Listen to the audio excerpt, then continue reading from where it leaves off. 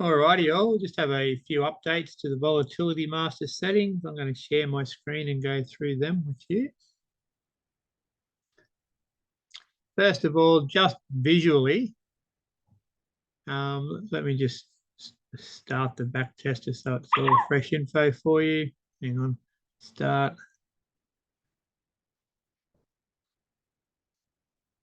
Okay.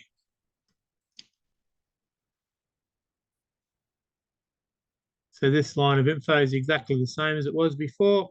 This one here, the only difference is that it now has a figure here in brackets. What's displayed inside the brackets is just simply the dollar value, the dollar value that you have your pair profit target set at. So we're aiming to make $10,000 today. That's what that is there. Now, if we have a look at the settings, the two main changes that I'm going to go through today. The first one is this third setting here, which is use percentage for daily goals. So I'm just going to quickly change that to false. So when this is at false, then the software and the goals associated with it are going to work exactly the same as they did before. So we would have had to set our target at $10,000 and our max loss setting at $5,000. That's how previously we would have done it. We would have had our goal, our pair goal set as a dollar value and our pair max loss setting as a dollar value. But now we have the option by turning this to true to set these as a percentage of our account balance. So that 10% and 5%, because this is $100,000, is exactly the same as having had 10,000 and 5,000 in here before. I just want to mention that this percentage setting only affects the pair goal and pair max loss. It doesn't affect these overall figures here. So this now fits in very, very nicely with our automated lot size calculation. So if you remember, having the order size set at 0 will allow the software to automatically calculate the lot size for you based off your risk percentage. Based off your risk percentage, your account balance, and where it's calculating the stop loss to go, so that you always risk exactly 3% of your account. And so that allowed the software to automatically compound. So the order size was going to increase as your balance increased, so the compounding was automatic. The only problem was that our daily goals and max loss settings weren't changing.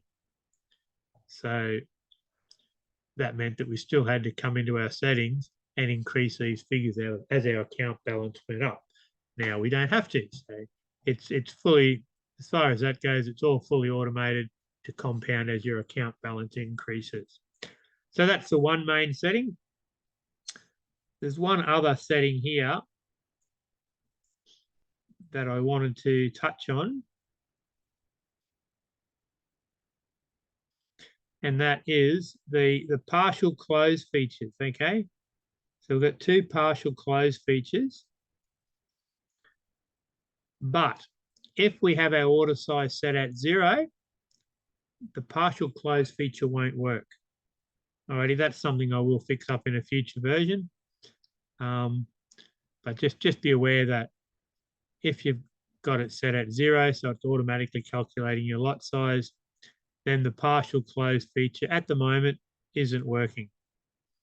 It just simply won't, doesn't matter, it won't adversely affect anything. It's just that it won't do a partial close when the figures get hit.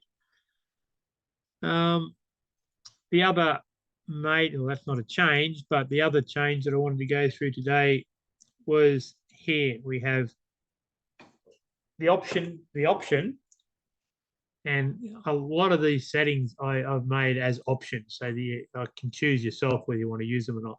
But we now have the option to use two different trend filters. Alrighty. So for example, you might want to have your initial trade based off a breakout of the 5-minute range. Then you might want to have any extra stack trades. They might be based off a breakout of the 1-minute range.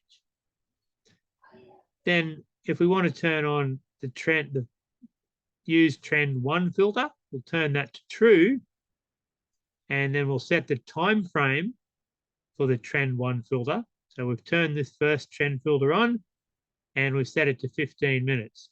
So if the 15-minute trend is a buy, the software will only take out buy orders. So if the market breaks below these ranges, it won't take out any trades because it's only looking to do buy orders because the 15-minute trend is a buy. All right, and then we have a second trend filter option that we can turn to true and set the time frame for it to 1 hour.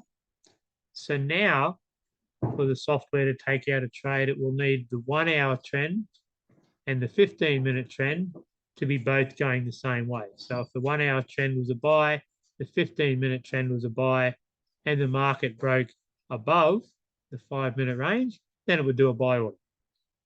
If the market broke below the 5-minute range, it wouldn't take out any trades.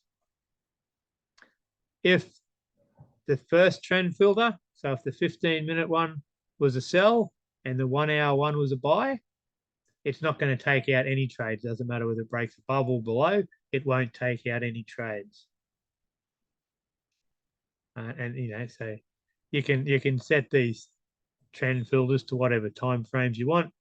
You can turn them off or on as you wish. You can just use one of them if you wish, or you can use both.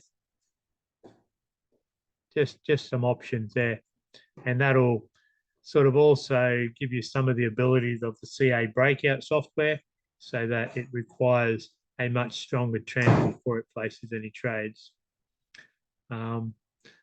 Just FYI, I'm not using trend filters for my UF30 open trading. I'm still just doing that exactly the same as always. Although I am now using the percentage settings up here, but other than that, I'm not using the trend filters for the UF30 open trading or anything. And that's it, guys. That's all the changes that I have for you there at the moment. I'll leave it to you and talk to you again soon.